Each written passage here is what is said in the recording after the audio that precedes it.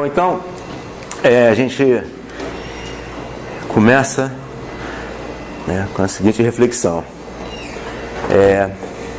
Desde quando a gente tem previdência na história humana, né?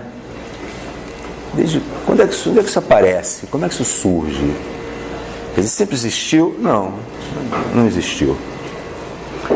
A partir de um dado momento, uma instituição chamada Estado, e Estado moderno, uma instituição criada há pouco tempo, há 200, 300 anos, mais ou menos, né? Essa concepção que a gente tem do Estado sob a égide do qual nós vivemos contemporaneamente, nós no Brasil, na maioria dos países do mundo, é uma construção histórica razoavelmente recente, né? 300 e poucos anos, da Idade Moderna para cá, que se constitui esse Estado. E a partir da sua constituição, ele vem assumindo determinados papéis, e aqui não quero colocar essa ideia de Estado como separado da sociedade, uma instância lá separada da sociedade, não. Essas coisas são juntas, né? Se embolam, uma coisa reflete na outra. A constituição desse Estado é produto de lutas sociais, são essas lutas historicamente que vão se dando, que vão constituindo e definindo esses papéis que o Estado vai assumindo e vai cumprindo. Então, se a gente for pensar nessa instância, Estado, que a partir de um determinado momento histórico começa a assumir a responsabilidade, de certa forma, sobre a velhice das pessoas, né? A possibilidade de mantê-las durante a velhice, sobre a saúde, quer dizer, a responsabilidade do cuidado da saúde das pessoas. Quer dizer, isso foi se construindo historicamente, principalmente, muito recentemente, a partir do século XIX. Já chegando no século XX que a gente tem isso. E como é que esse negócio se dava antes? Como é que era antes? Se a gente não tinha uma previdência de responsabilidade do Estado, como é que se davam as coisas? Era família, né, gente? Era coisa, família, assumia os velhos, etc. Né? Responsabilidade de cuidar dos doentes também, era da família. Então, tradicionalmente,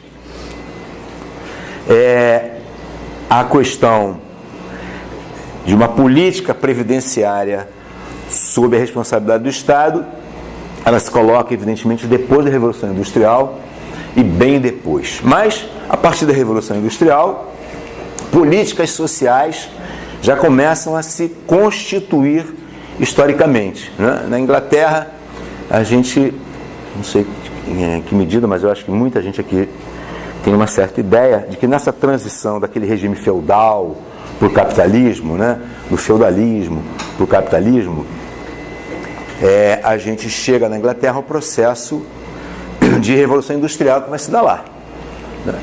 O uso do maquinário, produção em escala, essa coisa toda. E nesse processo que a gente tem dessa passagem, daquele regime feudal, agrário, ligado à terra, para um regime industrial, urbano, vai ser uma passagem um tanto o quanto catastrófica. As consequências sociais dessa mudança, daquele regime do feudalismo agrário, né, agropastoril, etc., para a indústria, para a cidade, uma produção industrial urbana em escala, ela do ponto de vista das populações, principalmente daquelas populações que trabalhavam nesse regime agropastoril, ela é catastrófica. Na Inglaterra existe um negócio chamado cercamento dos campos, porque se antigamente os campos eram utilizados para produzir alimentos, né? E produzir alimentos, inclusive para as próprias famílias e pessoas que plantavam ali, no processo industrial, há o que eles chamam do cercamento dos campos para a criação de ovelhas em larga escala para produzir lã. Então, aquelas famílias, aquelas pessoas que viviam daquela agricultura são expulsas do campo. São expulsas do campo, não tem mais onde trabalhar, não tem mais onde produzir, porque os campos vão ser cercados, vai haver a criação de ovelhas em grande escala, principalmente para produzir lã, para a indústria têxtil inglesa, que está lá surgindo a todo vapor, e como todo vapor mesmo, literalmente água, caldeira e carvão, a indústria era movida a vapor mesmo, e a palavra vem daí, né? Todo vapor vem da máquina a vapor lá atrás mesmo. Bom, com esse cercamento, a expulsão dos campos, a gente vai ter populações imensas, famintas, paupérrimas, rodando pela Inglaterra, sem ter destino, procurando emprego, procurando trabalho, procurando o que fazer, plantar, mas... né?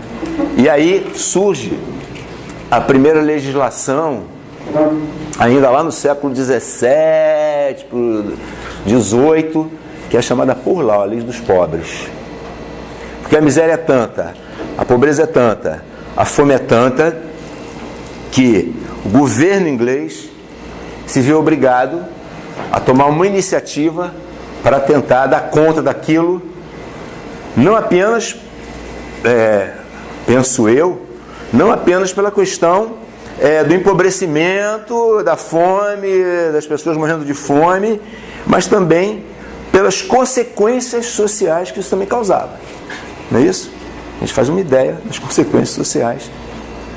E um fenômeno social, tal significância de multidões famintas, e que isso causava do ponto de vista da sociedade inglesa, lá, aquela coisa tradicional, etc. Então, pela primeira vez a gente tem uma ação do ponto de vista de uma política social que se propõe a amparar essas pessoas. Amparar como? Minimamente alimentando. Então, funciona mais ou menos, só para a gente ter uma ideia, as paróquias, as igrejas, ficam obrigadas pelo Estado a distribuir alimento para essas pessoas. Então, onde as pessoas chegam, nos lugares que elas chegam e tal, as igrejas fornecem alimentação. E daí as coisas vão caminhando, etc. As políticas sociais vão se aperfeiçoando, mas só para dar uma ideia de onde é que começa esse negócio. Bom, depois a gente vai ter o desenvolvimento da própria Revolução Industrial. A industrialização, ela não se detém apenas na Inglaterra, quer dizer, isso vai acontecendo, esse processo, né? Ele vai se disseminando por diferentes países, principalmente europeus, lógico, da Inglaterra, da França, Alemanha, etc. Então, a gente, olhando um pouco para o desenvolvimento industrial da Alemanha, né, a gente lembra que esse desenvolvimento industrial, ele se dá também com base no fortalecimento das contradições entre capital e trabalho, não é isso? As contradições vão se acerrando entre capital e trabalho. E dessas contradições você começa a ter as lutas dos trabalhadores do ponto de vista de reivindicar determinados limites aos níveis de exploração do capital, né? Jornadas de trabalho que eram de 18 horas por dia, né? Trabalho infantil, porque a máquina a vapor já existia sim, mas era um investimento caro. Então você tinha mecanismos maquinais de máquinas que eram movidas, por exemplo, por crianças, né? As crianças é que movimentavam as pás e tal. Então o trabalho de criança ali 14 horas por dia, pedalando um negócio, para poder movimentar um eixo de um tear, etc, etc.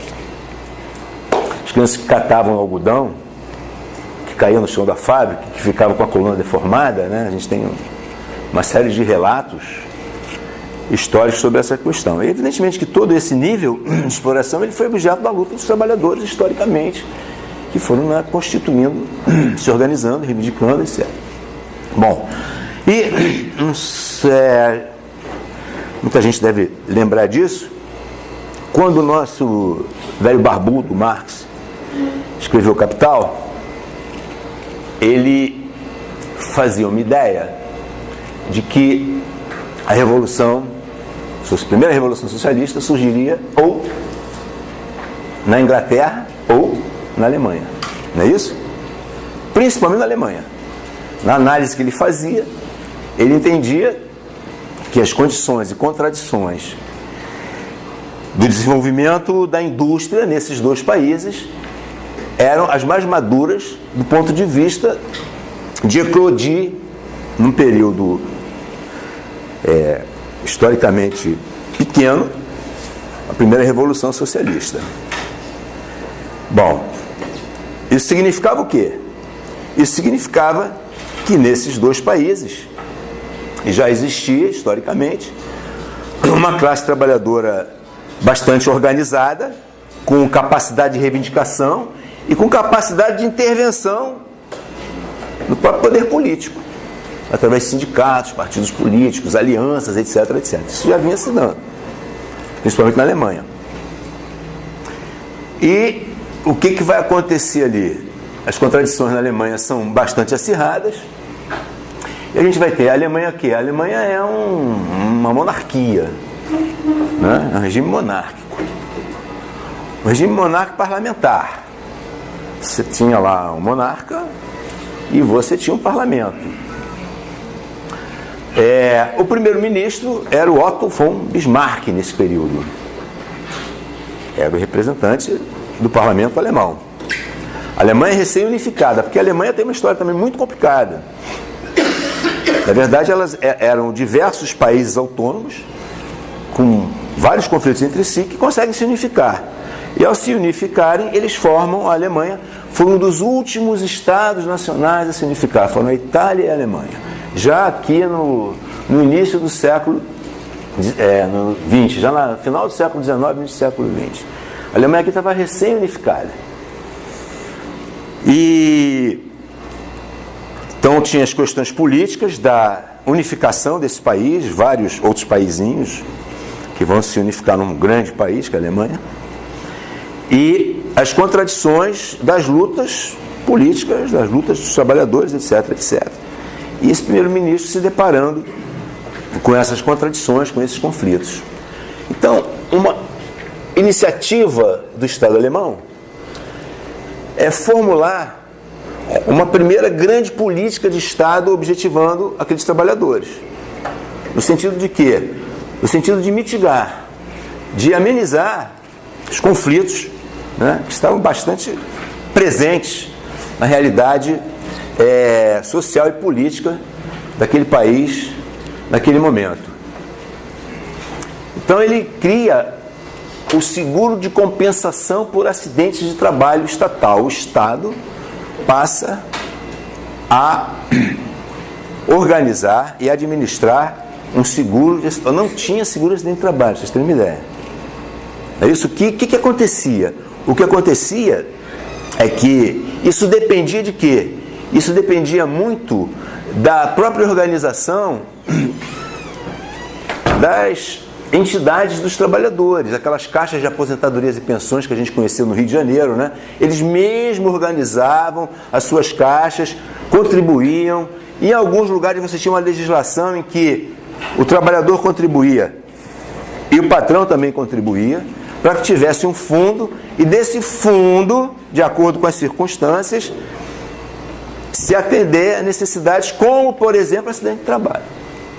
Agora, uma grande política de Estado estabelecendo, determinando para todos a obrigatoriedade de um seguro de acidente não existia. Então a Alemanha foi pioneira, dado o nível de contradições da luta política e social na própria Alemanha, de criar o primeiro seguro, 1871, de compensação. No primeiro momento, evidentemente que o foco eram aqueles setores mais fortes, mais organizados, mais atuantes e mais importantes para a economia, que era o que? A indústria. Depois, 13, 14 depois, se generalizou para todos os setores. Todos os setores da economia, os trabalhadores passaram a se beneficiar. E aí vai, quer dizer, isso é uma luta, isso é um processo, né? Isso é um processo. Na verdade, o que parece concessão, o Estado... Não, isso é conquista, isso é luta. E luta no sentido de também tentar mitigar esse processo de conflitos presente em países como Inglaterra, e aqui a gente está tratando da Alemanha, que foi a pioneira. A Inglaterra seguiu um caminho parecido, mas um pouco diferente. Aí seguro de saúde para os trabalhadores e, finalmente, já chegando na última década do século, aposentadoria para trabalhadores idosos e deficientes. Então essa ideia, por exemplo, da aposentadoria já surge no alvorecer do século XX quase. Era uma política, portanto, conservadora, porque o que o Bismarck e o que ele representava e as forças políticas que ele representava não era a pessoa exclusivamente dele, mas os interesses das classes detentoras do poder do aparelho de Estado naquele momento que ele representava, né? Era uma política conservadora que visava esvaziar a influência dos movimentos socialistas que foram proscritos, Partido Socialista ou qualquer organização que dissesse socialista foi proibida, foi proscrita, cooptar os trabalhadores, e ele conseguiu isso, cooptar, os trabalhadores passaram a defender o seu governo, passaram a defender as suas políticas. Da mesma forma, ele deu um pulo do gato, na medida em que ele cria a política, passa a ser a aposentadoria, seguro-saúde, acidente, etc., etc., passa a ser uma política obrigatória, né? Quem quiser faz, quem não quiser não faz, mas essa política obrigatória vai ser financiada, em boa parte, pelos próprios trabalhadores. É chama política contributiva, com base na contribuição e obrigatória. Então, não é o Estado, nem recursos advindos majoritariamente de outras classes e grupos sociais dominantes que vai fluir para os trabalhadores, mas é com a participação e contribuição dos próprios trabalhadores. E é um modelo de política, a gente pode chamar de política social, voltada para o trabalhador formal do mercado de trabalho. Então ela é fundada no contrato de trabalho. E a gente sabe que a questão do trabalho informal, etc., etc., não é recente, né? Não é uma coisa que surgiu nas décadas recentes, né? Isso desde que você tem a história do contrato de trabalho lá na Inglaterra, etc., etc., quando foi uma conquista também isso, né? Vamos colocar no papel quais são os direitos e deveres de empregado, empregador, etc. Isso também foi uma conquista. Desde que historicamente surge esse modelo de relação contratual do trabalho, você tem o trabalho informal, você tem quem trabalha sem contrato, sem definição de deveres e obrigações. E evidentemente que essa política aqui, ela está focada no extrato da classe trabalhadora, que é o extrato da classe trabalhadora que atua formalmente, sob forma de contrato, no mercado de trabalho. A gente falou da Alemanha, né? Aqui a gente tentou pegar um outro modelo, como é que se constrói esse modelo inglês, né? A gente sabe que a Revolução Industrial começa propriamente lá na Inglaterra. A Inglaterra tem certas peculiaridades da Constituição, da sua história, da passagem de uma monarquia absoluta para uma monarquia parlamentar, quer dizer, um rei, aquela história, que reina mas não governa, quer dizer, como a rainha da Inglaterra, né? O que é que o rei reina mas não governa? Como é que é essa história aí, que isso foi criada lá? É um regime parlamentarista. Portanto, o que representa o monarca, o rei, a rainha, o monarca? O que o monarca representa no regime parlamentarista? O monarca representa o Estado. E o parlamento representa o governo. Deu para entender? O Estado é o elemento, aspas, estável, que permanece mais tempo. O governo é o elemento transitório. O que acontece, por exemplo, pegar o exemplo da Inglaterra? Você tem o monarca, no caso atual, a rainha da Inglaterra. Mas você tem as eleições, entre o Partido Trabalhista, entre o Partido Conservador, o governo muda. Então essa é a separação que eles fazem, onde você tem o chefe de Estado, que é o monarca, e você tem o chefe de governo, que é o parlamento, representado pelo seu primeiro-ministro. O parlamento escolhe o primeiro-ministro, aquele primeiro-ministro é quem exerce o governo. Aí tem eleição, muda, outro partido, de novo, outro parlamento, outro governo, e assim vai. Mas, pairando sobre isso, você tem o chefe de Estado, que é o monarca ou rei.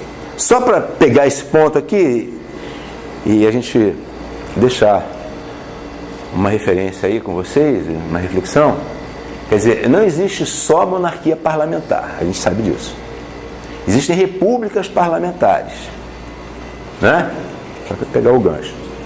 Então, se na monarquia parlamentar você tem um monarca, um rei, uma rainha, que representa o Estado, e o parlamento, o primeiro-ministro, que representa o governo, numa república parlamentar, como é que isso funciona? Não tem monarca, mas tem o presidente. Então, o presidente é eleito para representar o Estado. E o parlamento é eleito para representar o governo. Então, o parlamento representa o governo, o primeiro-ministro representa o governo. E o presidente, o Estado. Eles fazem essa separação. Países como nós não são nem monarquias parlamentares e nem repúblicas parlamentares. Nós somos o quê?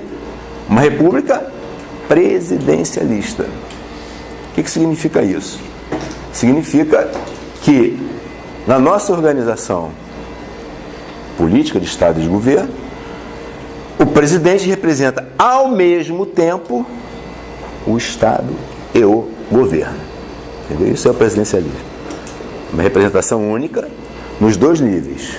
O mesmo presidente representa o Estado e representa o governo. Entenderam? Então você tem três lógicas de possibilidades aí no mundo contemporâneo dessa forma de organização. A gente tem monarquias parlamentares, por exemplo, na Inglaterra, na Suécia, na Noruega, na Espanha, são monarquias parlamentares.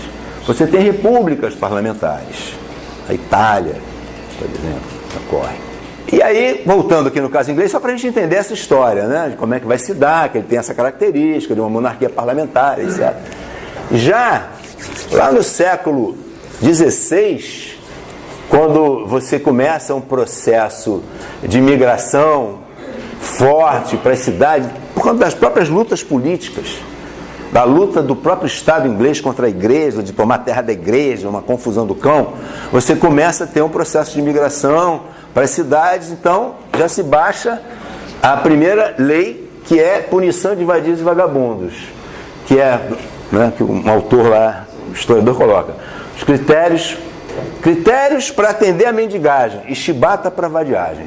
Para atender a pobreza é a mendigagem, distribuir alimento, não sei o quê, e quem fosse considerado vadio era pau. E lá no século XVI ainda.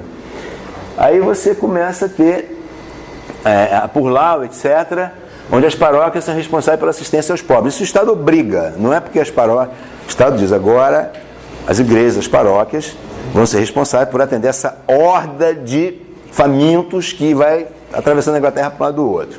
Isso é muito inteligente, né? Porque a igreja ela tem uma capilaridade muito bem urdida, né? Exato. E o Estado não tinha. Hoje em dia tem uma capilaridade. Você tem representação de órgãos de Estado em tudo que é lugar. Naquela época você não tinha muito isso. Você tinha um representante do...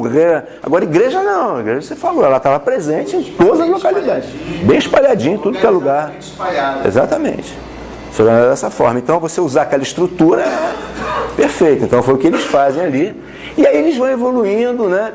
E você vai entrando pela Revolução Industrial, não precisa entrar muito em detalhe, mas eles vão aperfeiçoando esse sistema legal. E também as lutas trabalhistas vão se dando, os sindicatos se organizam, aí você parte para um outro processo. É diferente da questão de leis de assistência social, e você passa a ter, mais propriamente, leis previdenciárias e trabalhistas, etc. Você pode mudar, Renato? Sai daquele negócio de leis de assistência social a pobres, miseráveis, etc., e passa a estabelecer critérios de previdência e trabalhista.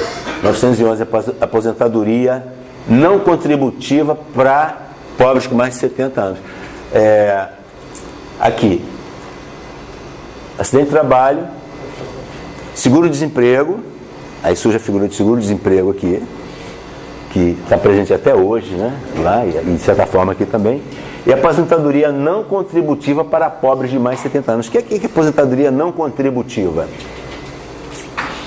O que vocês entendem por aposentadoria não contributiva para pobres acima de 70 anos? Não contribuindo nada. Nada, se ele fizer 70 anos ele tem direito. O critério é a idade. Como nós temos o nosso benefício de prestação continuada, BPC. É essa mesma lógica, né? Quer dizer, não é uma aposentadoria, eu não sei qual é a regra aqui. Aí você chega naquela idade, tem os critérios lá, né? Família, até um quarto de salário mínimo per capita. Se você deficiente, povoar a renda. Não, às vezes a família tem uma renda, mas aí a renda tem que ser um quarto por pessoa. Você pega ela não tem como suprir a necessidade daquela família. Exatamente. São vários critérios. Tem vários critérios de habilitação, de elegibilidade. Então, de acordo com aqueles critérios determinados pela lei, você tem a possibilidade de que aconteça isso aqui. No nosso caso é 60, 65, não sei. 65. Com mais de 65 anos, cumprindo aqueles critérios de habilitação, a pessoa ofere um salário mínimo independente do período anterior. A Inglaterra fez isso com 70 anos no início do século. Evidentemente, se a gente for pensar no início do século, eu acho que muito pouca gente alcançava esse benefício, né? Chegar em 1908, acima de 70 anos. O que vai acontecer é que a gente, na Inglaterra, esse histórico, né, da Revolução Industrial, esse histórico da miséria, dos problemas sociais que eles enfrentaram, das políticas sociais que eles tiveram que definir, do ponto de vista de administrar esses conflitos trabalhistas e sociais, houve um empenho maior do governo inglês. Sempre está atento, está ligado, né, nessas possibilidades de para onde é que esses conflitos podem levar e como atuar sobre esses conflitos. Então, já no pré-guerra, durante a guerra foi uma catástrofe também na Inglaterra, né? A Inglaterra era bombardeada todo dia, quer dizer, toda uma história muito peculiar do processo de guerra que eles passaram e tal. Então, eles já começaram a pensar num processo em que, na concepção da sociedade inglesa, não do Estado só, mas da sociedade inglesa, houvesse uma certa recompensa pelos sacrifícios de guerra que o povo inglês teve que passar. Então, como é que esse povo, que durante esses anos todos passou por esse processo todo de bombardeamento, resistência, etc. E aí se fez um relatório, o relatório Weber, que fez um levantamento da situação social e apresentou propostas de cunho de políticas sociais passíveis de atender essa população. E isso culmina, né, com o chamado Relatório sobre Seguro Social e Serviços Aliados, no final da guerra. E um dos grandes produtos, uma das grandes propostas desse relatório foi a criação do Sistema de Saúde Inglês, que é o NHS, que é National Health System, Sistema Nacional de Saúde. Seria a tradução literal disso aí. Esse Sistema Nacional de Saúde foi a primeira experiência, a primeira iniciativa no mundo de um sistema de saúde inteiramente público, não contributivo e de acesso universal a toda e qualquer pessoa. Então aqui a gente tem, historicamente, um primeiro marco, né, de uma política que estabelece o primeiro sistema de saúde público, universal e gratuito. Já lá no caminhando para o final da Segunda Guerra.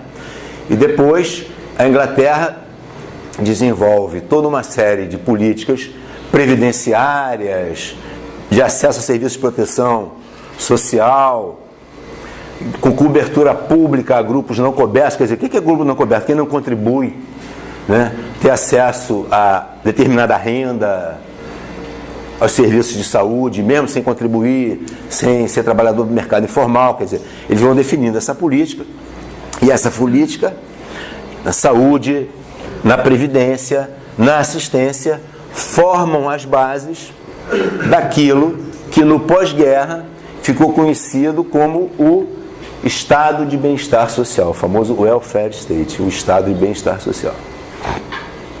Então aqui, nesse final de guerra, eles vão desenvolvendo propostas e estabelecendo políticas do ponto de vista da saúde, da assistência, da previdência, que fundam as bases desse estado de bem-estar social, que da Inglaterra, a partir da Guerra Fria, aí, né, acabou a guerra. Quando acaba a guerra, a gente tem a Alemanha derrotada, a gente tem a Alemanha derrotada por uma aliança entre Estados Unidos, os países europeus, França e Inglaterra principalmente, que estavam na resistência, e a Rússia, que veio pelo outro lado, né? E a partir desse momento, historicamente, o mundo tinha passado pela experiência da Revolução Socialista, né, na Rússia, em 1917, se constituem duas grandes potências hegemônicas no pós-guerra. Uma é a Rússia e outra os Estados Unidos. Uma entrou na guerra porque a Alemanha foi lá invadir. Não tinha como. E outra entrou na guerra posteriormente por determinados interesses. Ao fim, eles ganham a guerra e dividem a Alemanha, o Muro de Berlim, que todo mundo conhece, aquela coisa toda. Você tem a Alemanha oriental de um lado, ocidental do outro, influência americana, e começa a Guerra Fria, aquela coisa toda, né? E nesse processo de Guerra Fria, você tem as políticas na Europa, você tem o fortalecimento de luta dos trabalhadores, você tem o fortalecimento dos partidos vinculados aos interesses dessa luta trabalhadora, os partidos comunistas europeus se fortalecem, os partidos socialistas europeus se fortalecem, e a partir disso você começa a ter determinadas políticas de contenção desse conflito, das possibilidades desse conflito. Aí você tem o surgimento e o fortalecimento da chamada social-democracia europeia, não é isso? Então, a social-democracia europeia se propõe a estabelecer políticas que signifiquem, por um lado, ganhos para os trabalhadores e, ao mesmo tempo, viabilidade da acumulação do capital. Então, compatibilizar essas duas coisas. Compatibilizar a possibilidade de acumulação, de riqueza, etc., por um lado, e, por outro lado, ganho para os trabalhadores. Aí você tem uma espécie de um tripé, né? Onde você tem aqui o Estado, as empresas e os trabalhadores organizados. Partidos, sindicatos organizados.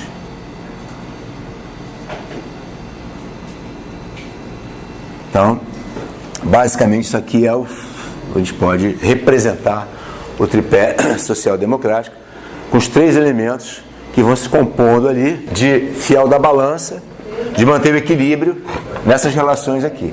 E aí, a gente tem no mundo, né, a partir da Inglaterra, a social-democracia passa a ter um papel importante em quase todos os países da Europa, na Alemanha, na França, na Bélgica, nos países nórdicos, Suécia, Noruega, Dinamarca, etc., etc. E um papel importante lá, influências no resto do mundo, influência em outros países. O que não significa que os países que eles influenciaram, né, tenham se tornado todos sociais-democracia. Lembre-se que a gente vivia um momento de Guerra Fria, né, e que, portanto, nesse momento de Guerra Fria, a gente tinha, isso ocorria, tinha um peso europeu grande, mas você tinha uma hegemonia aqui, que era dos Estados Unidos, né, e essa hegemonia financiou uma série de regimes ditatoriais, inclusive a ditadura militar no Brasil, nos anos 60, etc, etc. Então, no Brasil, a gente não participou, né, desse processo de crescimento e desenvolvimento da social-democracia europeia. A gente, no Brasil, teve uma outra história, um outro percurso dentro dessa Guerra Fria. A gente não teve um estado de bem-estar social, muito pelo contrário. não vai dar para abordar isso. Mas, de um modo geral, a partir desse pós-guerra aí, a gente vê o surgimento e a organização no mundo desse welfare state, predomínio, pelo menos nos países mais desenvolvidos, etc., da proposta social-democrática, com esse equilíbrio aqui, a busca do equilíbrio por esse elemento. Isso vai durar no final dos anos 40, e aí tem a reconstrução da Europa, depois da guerra, com isso aí ocorrendo. E aí a gente vai viver do final dos anos 40, início dos anos 50, até os anos 80, do ponto de vista desses países centrais, é o período de maior crescimento e maior desenvolvimento do capitalismo no mundo. São chamados anos dourados, né? Os anos de ouro. São os anos em que, de certa forma, irradiando por esse processo lá da Europa, pelo crescimento, desenvolvimento da indústria nos Estados Unidos, o predomínio, a hegemonia americana, você teve no Ocidente, né, a etapa histórica de maior crescimento, de maior desenvolvimento do capitalismo no mundo. Os anos de ouro. Teve até uma série no Brasil, né, da TV Globo, chamada Os Anos Dourados. Se passa no Brasil um pouco no período pré-ditadura, né, que é o desenvolvimentismo. Segundo o governo Getúlio, Juscelino Kubitschek, a indústria chegando no Brasil, aquele sonho de que a gente ia ingressar de certa forma, nesse jogo aqui. Mas aí a partida foi cortada e a gente ingressou no regime da ditadura militar, né? Anos 60. E a partir dos anos 70, 80, esse negócio aqui entra em crise, a gente começa a crise do estado de bem-estar social, e na crise do estado de bem-estar social, a ascensão do chamado neoliberalismo, não é isso? Eu acho que eu estou me adiantando muito, mas tudo bem. Eu vou seguindo, eu ponho um roteiro ali, mas às vezes a minha cabeça distorce, mas não faz mal, acho que a gente compõe aqui. É do chamado neoliberalismo, cujas propostas se contrapõem a essas políticas sociais democráticas, afirmando que inevitavelmente essas políticas levaram ao fracasso e que tem que se adotar um outro receituário, que é o receituário liberal da crise. E aí a gente começa um outro processo, que é o que nós estamos vivendo no mundo e no Brasil até o momento atual. E a gente pode rapidamente entender no mundo um esquema histórico de como é que se desenvolve as políticas de proteção social e as políticas previdenciárias, né? Todos eles começam por alguma forma de seguro de acidente de trabalho. Em todos os países, as primeiras políticas são acidente de trabalho. Em seguida, a questão da saúde, da doença, a invalidez. Essa é a primeira onda de políticas. Isso se deu na Alemanha, na Inglaterra, né, nos países em geral. Na segunda onda, você já tem as aposentadorias de seguro-desemprego. E a terceira, as prestações familiares, a questão das licenças, a questão da proteção à maternidade. Isso aqui é bem posterior. Nos anos 70, né, finais do ano dourado. Qual é o contexto que a gente vive, então? De Guerra Fria, consolidação da social-democracia na Europa, que a gente falou um pouquinho ali, a questão do Fordismo, então vou falar um pouquinho disso aqui, o keynesianismo, aí a gente entra, as práticas de acomodação entre capital e trabalho e o estado de bem-estar social. Então, vou pegar um pouquinho assim pra gente... Guerra Fria a gente viu, né? Todo mundo já sabe. Todo mundo sabe aqui, não precisa nem... Que foi, final da guerra, a ascensão de duas grandes potências, União Soviética e Estados Unidos. Disputa de poder entre essas duas grandes potências. E, de certa forma, convencimento e obrigação de perfilamento dos países, de vinculação dos países a esses blocos hegemônicos. Então, nesse contexto de Guerra Fria, por exemplo, você tinha uma política de perfilamento. Evidentemente que a União Soviética exercia o poder de manter a hegemonia sobre os países que ela mantinha na Europa Oriental e procurar conquistar outros países, outras nações na África, na América Latina, na Cuba. Estados Unidos mantém a hegemonia sobre o Ocidente, a Europa Ocidental, que ele já tinha, América, aquela coisa toda, e também disputar com a União Soviética. Bom, um dos métodos foi a Revolução de 64, chamada Revolução de 64. Golpe. O golpe de 64. Que foi o quê?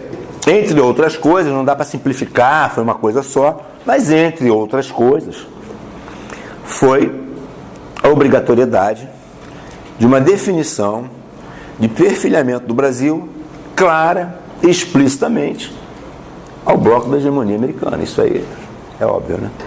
Então, a partir daquele momento, não tinha dúvida de que a gente pudesse tergiversar para um lado ou para o outro.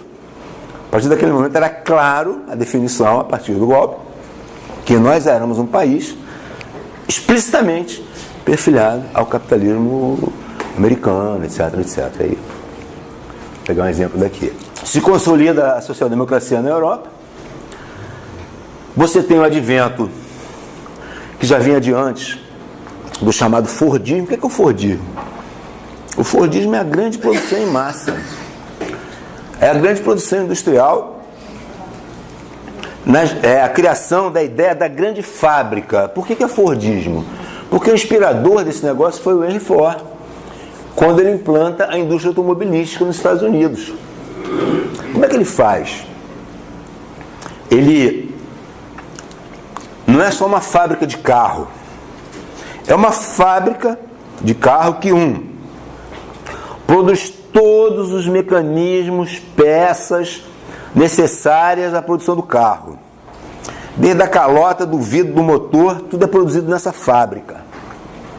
Segundo, essa fábrica, para produzir isso, ela congrega todos os trabalhadores que não só trabalham nela, mas preferencialmente moram numa vila operária da própria fábrica, frequentam os clubes da própria fábrica e os filhos estudam nas escolas da própria fábrica. Então, o Gramsci tem um capítulo, o Gramsci da Itália, do Partido Comunista Italiano, da resistência ao fascismo, que a gente já ouviu falar, né? Grande teórico, político, marxista. Ele tem um capítulo sobre o Fordismo. E ele diz que, mais ou menos, assim, mal traduzindo, que o Fordismo é muito mais que uma mera iniciativa produtiva. O Fordismo estabelece uma concepção ideológica de vida. Quer dizer, o cara vive em função da fábrica do trabalho. Em certa medida, não exatamente assim, o modelo industrial que foi disseminado aí pelo mundo busca reproduzir esse sistema da grande fábrica. A gente tem aqui, né, Vila Isabel, a fábrica de tecido, a música do Noel, quando o apito da fábrica de tecido, o que era aquilo? A Vila Operária, no seu entorno, né? Os caras acordavam com o apito da fábrica. O despertador era o apito da fábrica. Né? Pitava, todo mundo levantava, já sabia, se armava para o trabalho, deixava o filho na escola, que também era ali, e a vida se organizava um pouco em função desse negócio. E uma fábrica que produzia em escala todos os elementos necessários à fabricação do seu produto. Carro, fazia tudo, tinha no carro, geladeira, tudo que tinha na geladeira, e por aí vai. Essa é, assim, drasticamente resumida, né, para a gente lembrar um pouco a ideia do que era o tal do Fordismo, a produção e consumo de massa. A questão também que é importante aí, para a gente pensar depois a diferença, que é uma produção padronizada, né? E o Ford dizia assim, meus carros podem ser feitos em qualquer cor, desde que sejam pretos. Então, carro é preto, geladeira é branca. Né? Então, era padronizado assim. Hoje em dia é o inverso. Hoje em dia é o quê? Hoje em dia é padronizado? O que vendem pra gente? Customizado. O que é customizado? customizado é a partir da preferência do consumidor. Porcaria nenhuma, hein? Topem a cabeça da gente para a gente ter preferência, mas tudo bem. Teoricamente a gente tem a preferência. Mas aqui. O carro branco era o mais barato, hoje em dia é o mais caro. Inverte e tal, aí tem essa coisa, né? Mais procurado e tal. Mas no Ford, não, o carro era aquilo. Geladeira era aquela coisa, liquidificador, qualquer coisa que você pensasse. Telefone, né? Telefone era aquele aparelho, não tinha outro. Era aquilo. É isso, era tudo. Por quê? Para produzir em escala, e ao produzir em escala, baratear o produto, não é isso? Então a proposta do Fordismo era aumento de escala de produção e barateamento do produto final. Lembra que o Ford dizia, né? Que o grande sonho dele era que qualquer operário dele pudesse comprar um carro que fabricava. Bom, e aí entra o famoso keynesianismo, que tem a ver diretamente com isso aqui. Está vendo aqui essa figura? Esse Estado mediador, Estado atuando, né? É uma proposta que a gente vincula a essas ideias aqui do nosso querido Lord Keynes. Bom, o que acontece, mais ou menos também resumindo, a gente retorna um pouco e no final dos anos 1800 a gente teve uma grande crise econômica no mundo. Já de meados dos anos 1800, final dos anos 1800, início dos anos 1900, a gente viveu uma violentíssima crise do capitalismo.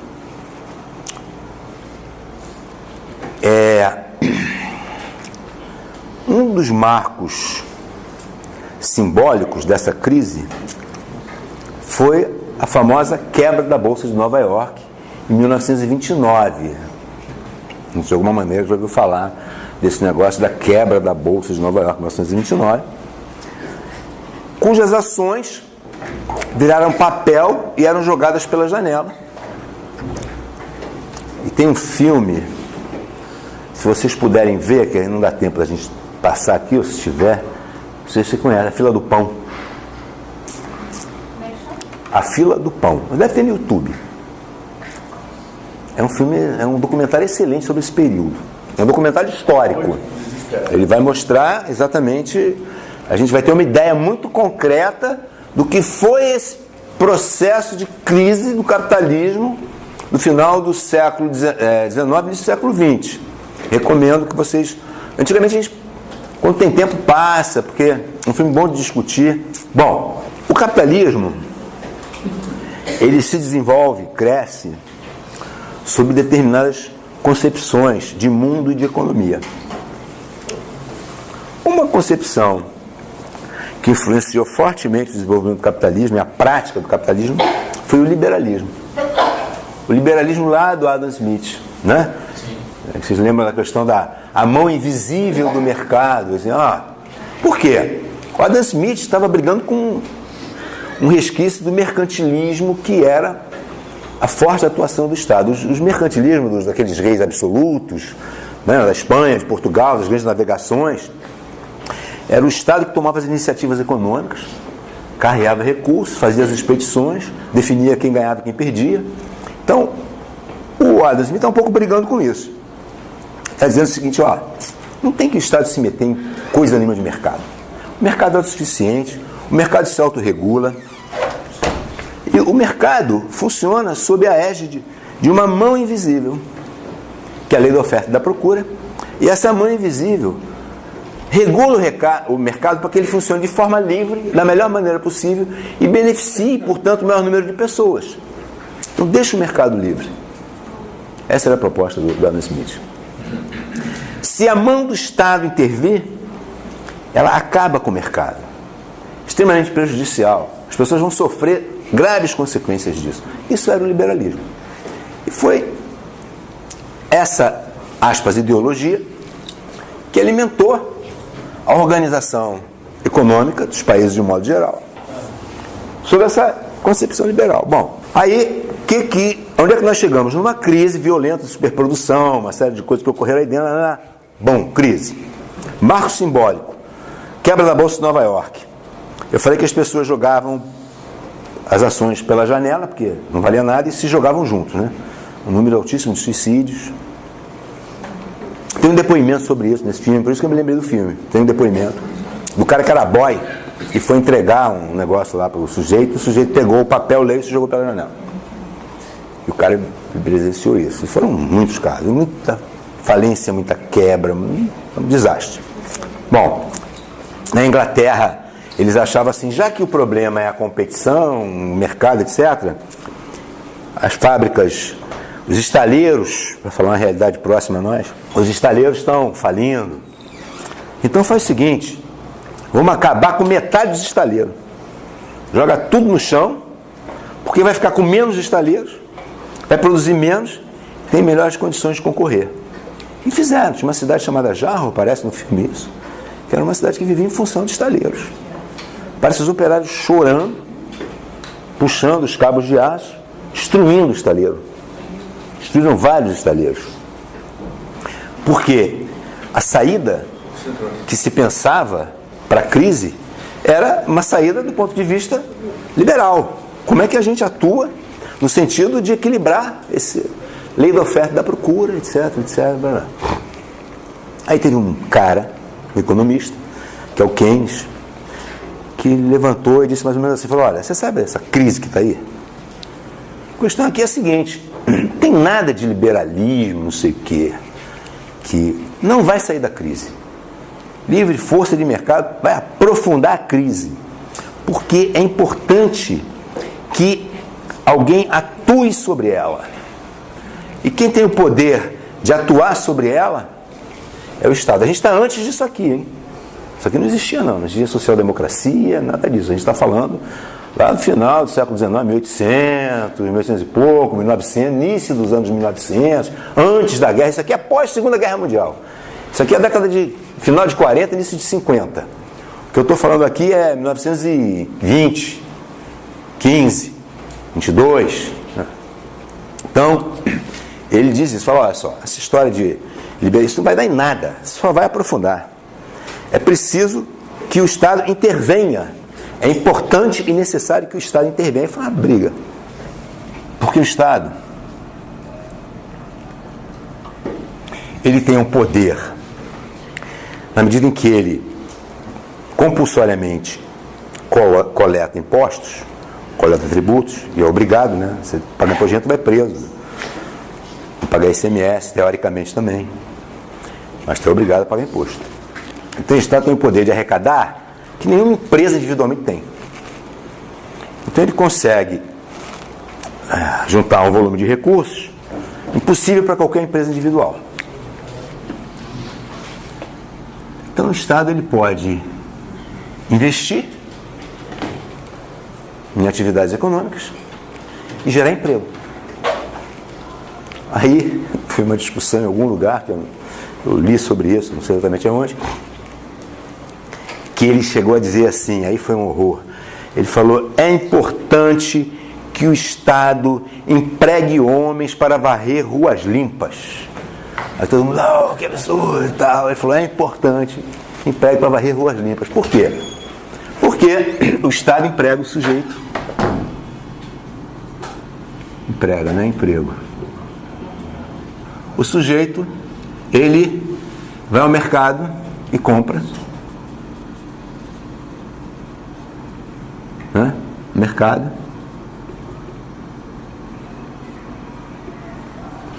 O mercado, ganhando aqui, é capaz de investir.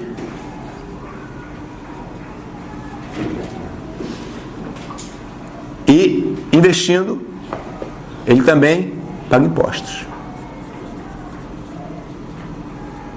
O Estado, por sua vez, arrecada impostos, emprega. Né? Esse é chamado círculo virtuoso keynesiano. É um círculo virtuoso. Então ele dizia, ó, fundamental isso aqui, ó. Se não tiver isso aí, essa crise não para mais. Bom, isso foi uma imensa de uma discussão. Mas alguns países adotam isso de uma forma melhor em alguns e pior em outros. O que é o nazifascismo? O que é o nazifascismo? O nazismo e o fascismo. É uma forma cruel, do meu ponto de vista, de desenvolver isso aí. Não é isso? O Estado entra e agora é assim, assado. E vai muito além disso, óbvio. Mas, além do nazifascismo, vários países começam a adotar políticas keynesianas. Até os Estados Unidos, que era um país ultraliberal, né? Faz o New Deal, o novo contrato, o novo trato, etc., novo acordo, em que o Estado entra pesadamente investindo na indústria, na eletrificação, numa série de coisas. E supera, e eles conseguem segurar a crise lá. O New Deal foi na saída da crise de 29? Foi, já foi, nessa discussão aqui. A crise de 29 aprofundou durante um tempo, pré-guerra ainda, New Deal.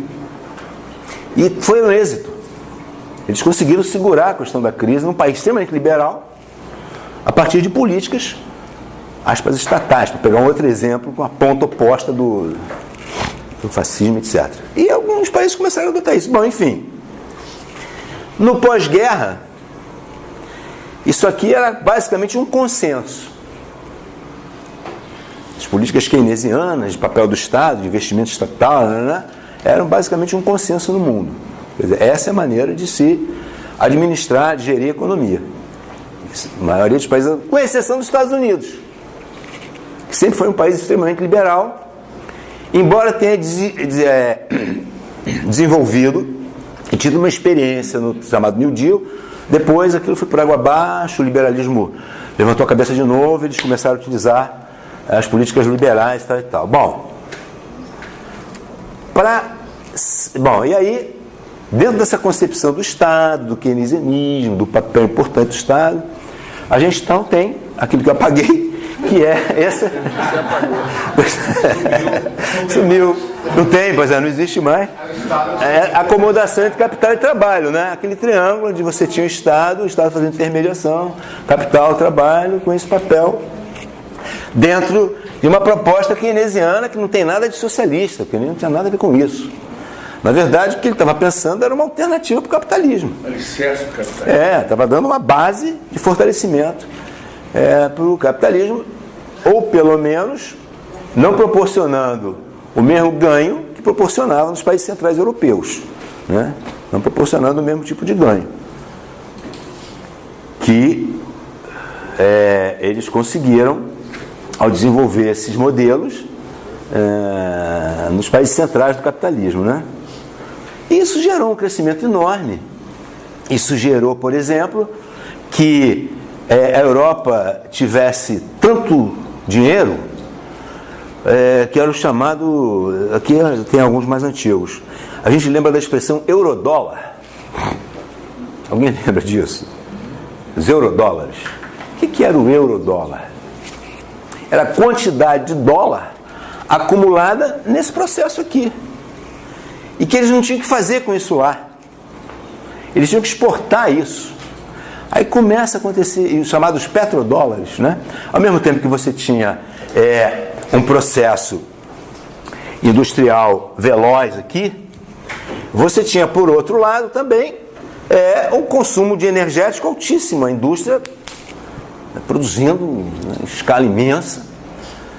Ao mesmo tempo, várias indústrias, inclusive a petrolífera na época, que a base da produção industrial era o petróleo, né? Lucrando horrores. E aí você tinha as figuras que eram chamadas naquele tempo de eurodólar e de petrodólar. Quer dizer, eurodólar era o excesso de capital produzido por essa economia europeia. E o petrodólar, o excesso, aspas, de capital produzido pela indústria petrolífera. E capital só acumula no giro, né? Processo de acumulação de capital, ele tem que girar. Se você tesourar ele apodrece atrás da conta. Então, ele gira.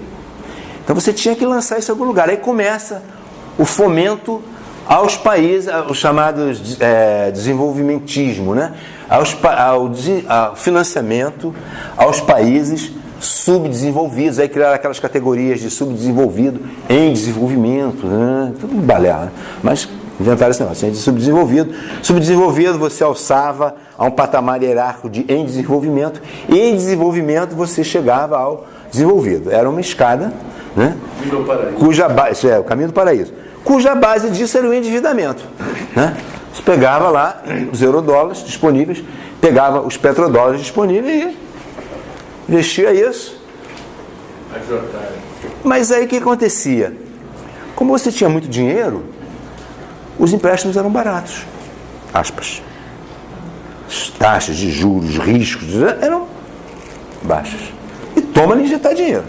Injetar dinheiro, por exemplo, você pensar no regime militar.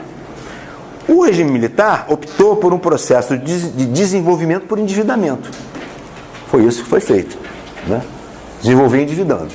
E nesse processo de desenvolvimento por endividamento, eu me lembro que eu trabalhei em instâncias públicas, etc. O Banco Mundial ia aportar dinheiro para o projeto de urbanização de favelas, não sei de quê. Então ele ia aportar um empréstimo a juros subsidiados de não sei quantos milhões. Blá, blá, blá. Agora, tá bom, então eu vou pegar o empréstimo. Atrelado a esse empréstimo vinham computadores IBM, não sei o quê, e para você pagar, não era doação. Então, a condição de você pegar esse recurso é que nesse pacote você tinha uma série de tecnologias, de não sei o quê, que você tinha que utilizar aquilo. Da onde estava escoando também lá, né? Produção. Então, vários mecanismos financeiros que a gente tem, etc. De como é que essa coisa se dava e como é que a gente aprofundou no Brasil esse processo de desenvolvimento por endividamento. Fechando aqui, né? Tudo, se a gente somar isso aqui tudo, né, a gente chega nesse desfecho aqui, que foi a possibilidade de organização do chamado estado de bem-estar social, o welfare state, principalmente nos países centrais, desenvolvidos, com consequências diferenciadas para os países periféricos, como nós, uma das quais eu acabei de falar. Aí, como eu disse, desse período lá, final dos anos 40, início 50, estado de bem-estar social europeu, crescimento, desenvolvimento, com consequências diferentes para os países não desenvolvidos. Mas isso gerou um período histórico que é conhecido como os anos dourados, anos de ouro, etc. Que vão até aqui, final dos anos 70, início dos 80. Final dos 70, início dos 80, a gente já começa a ter um processo de crise que a gente vem atravessando até os dias atuais. Então a gente já tem aí uns 40 anos de crise.